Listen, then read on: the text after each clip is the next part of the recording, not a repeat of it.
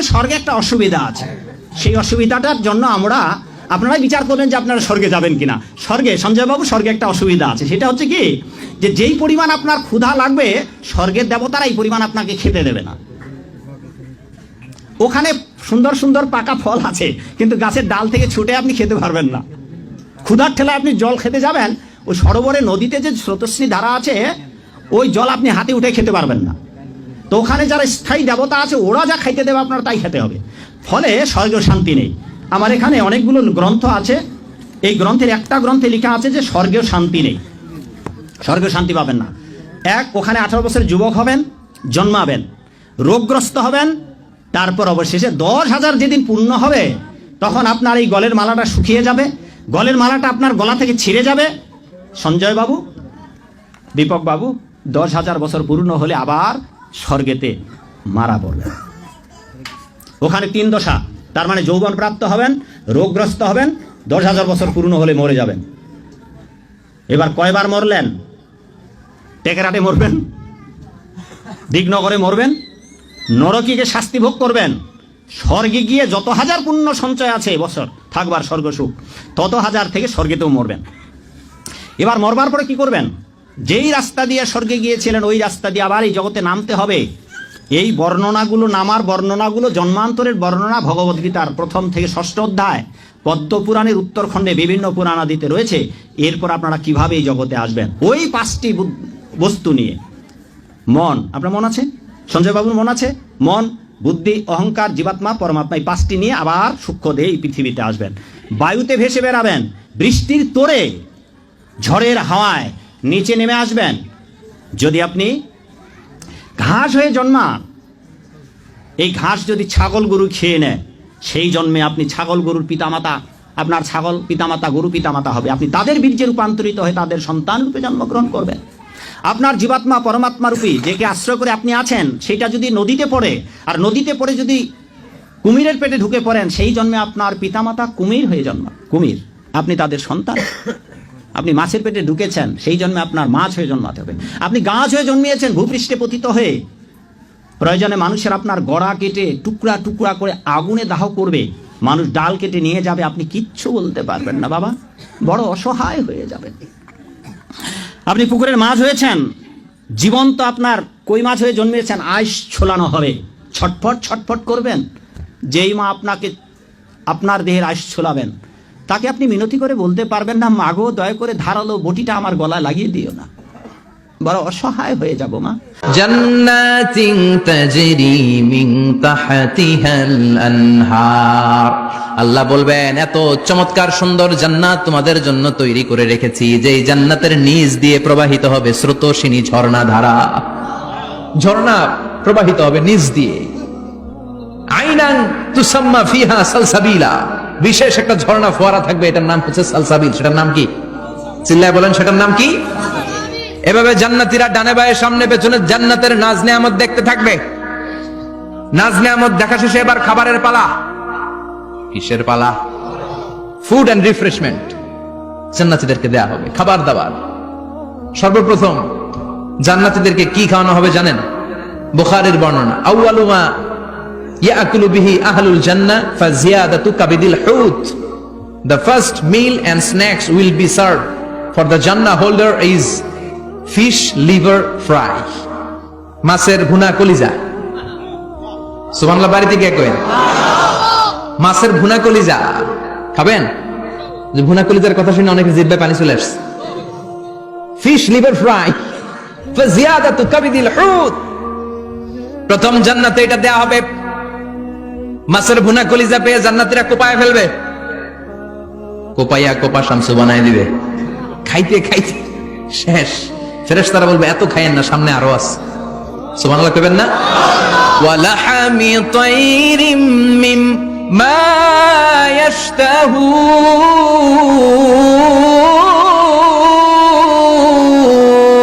ইয়াশতাহুন, ওয়া লাহমি তাইরিম মিম্মা ইয়াশতাহুন, মাছের ভুনা কলিজা দেওয়ার পরে জান্নাতীদের সামনে ট্রেতে করে ফেরেশতারা পাখির ভুনা গোশত নিয়ে আসবে। পাখির ভুনা গোশত খানা খেতে থাকবে।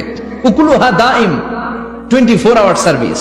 জান্নাতের ভেতরে বিশাল বানকিউট হলের ভেতরে এই পার্টি হবে, নৈশভোজ, বারবিকিউ ডিনার,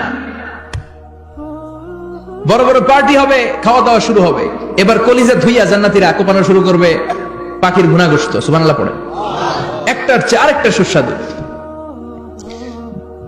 বাফেট ডিনার বা বুফে ডিনার নাম শুনছেন না? 5 স্টার 7 স্টার হোটেলের ভেতরে আপনাকে কেউ সার্ভ করবে না, প্রায় 30-40 পদের খাবার একসাথে রেখে দেয়া, এটার বলে বাফেট ডিনার। এই বাফেট ডিনারে নিজের নিয়ে খেতে হয়। সেখানে প্রতিটা আইটেম 5-7টা করে রাখে। আপনি সালাদ নেবেন, 5 ধরনের সালাদ, টক সালাদ, ঝাল সালাদ, গ্রিন সালাদ, ইয়োগার্ট দেয়া সালাদ, ফ্রুট সালাদ, বিভিন্ন ধরনের সালাদ থাকবে। আপনি মাছ খাবেন, 5-6 ধরনের মাছ থাকবে। ফিশ আইটেম 5-6 ধরনের, মিট আইটেম 5-6 ধরনের, স্যুপ আইটেম 5-6 ধরনের, ডেজার্ট আইটেম, কাস্টার্ড থাকবে, ফালুদা থাকবে, পায়েস থাকবে, সব থাকবে। এটারে বলে বাফেট ডিনার। জান্নাতীরা জান্নাতে নৈশভোজে বাফেট ডিনার খাবে, সুবহানাল্লাহ পড়ে। দুনিয়াতে যারা প্রথম বুফেতে খায়, প্রথমেই কোপায় ফেলায়, পরের গুলো আর খেতে পারে না।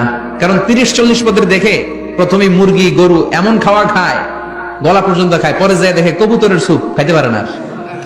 সুবহানাল্লাহ পড়বেন না? প্রথম যারা বুফে ডিনারে খেতে যায় তাদের এই ঘটনাটা ঘটে। ঘটাটা স্বাভাবিক, কারণ সবগুলো থেকে একটু একটু নিলে তো প্লেটে জায়গা হয় না।